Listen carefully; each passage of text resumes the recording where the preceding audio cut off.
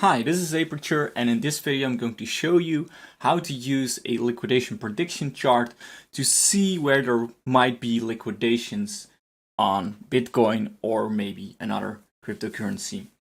These liquidations are very interesting because the liquidity from this liquidation can be used for other players to enter, or price might gravitate towards these liquidity zones. There are several theories about why that happens. But at these zones, a lot of volume is being transacted, so exchanges, market makers, and other players can make use of that. I'm going to show you these charts on HighBlock Capital. HighBlock Capital is a charting platform and a paid service. So if you want a subscription, there is a link below this video. Otherwise, just keep watching and you'll understand the charts I'll post better. So let's go to the first chart. The first chart is called chart and features the BitMEX data. So this is only data from BitMEX. And you can put the indicator on by clicking indicators and then liquidity and then clicking the liquidation levels.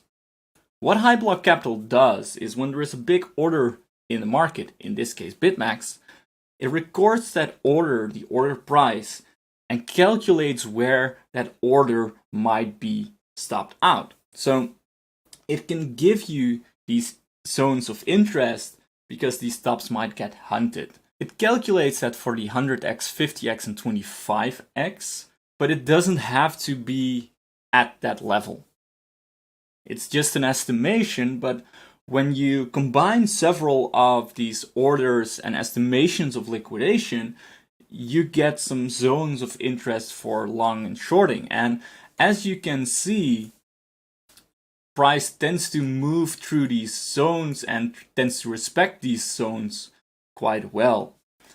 So you can trade them in two ways. You can trade by going long or short into them because price is attracted to these zones, or you could use them as entries or exits. Maybe for scalping, maybe for longer term positions. One thing you shouldn't do is place your stops within such a zone, because these zones could be hit for liquidity and then you're part of that liquidity. The second chart is liquidation levels. This is a slightly different chart than for the Python nerds. They probably recognize the Plotly chart. On this one we can select several exchanges, Binance and Bybit too. So let's pick Binance. You can select the coin and you can select the granularity. And then you can click run and then it loads the chart. And once the chart is loaded, you can manipulate the chart a little bit to zoom in, scroll down, because the chart is quite large. So often what I do is I zoom in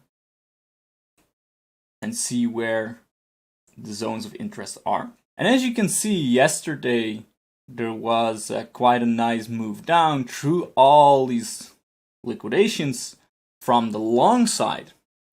And after that, a big move happened that liquidated all the short side.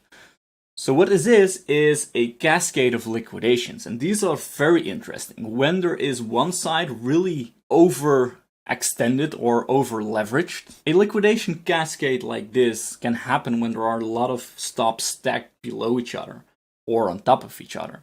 So in this move down, there were a lot of longs that got sold into, and these longs had to stop out. And when a long has to stop its position out, it creates even more selling pressure.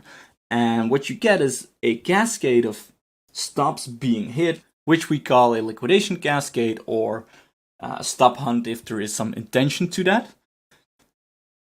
The same works for shorts. You know, when there is a short being stopped out, it creates that buying pressure because a short sold the assets and has to buy back when their stops get hit. So it creates some buying pressure.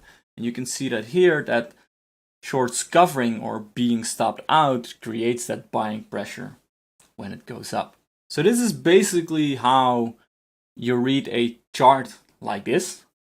It's quite simple actually. If there is a lot of long liquidity by long stops below price, that's where you don't really want to be long, or you seek for entries on the long side when these get stopped out.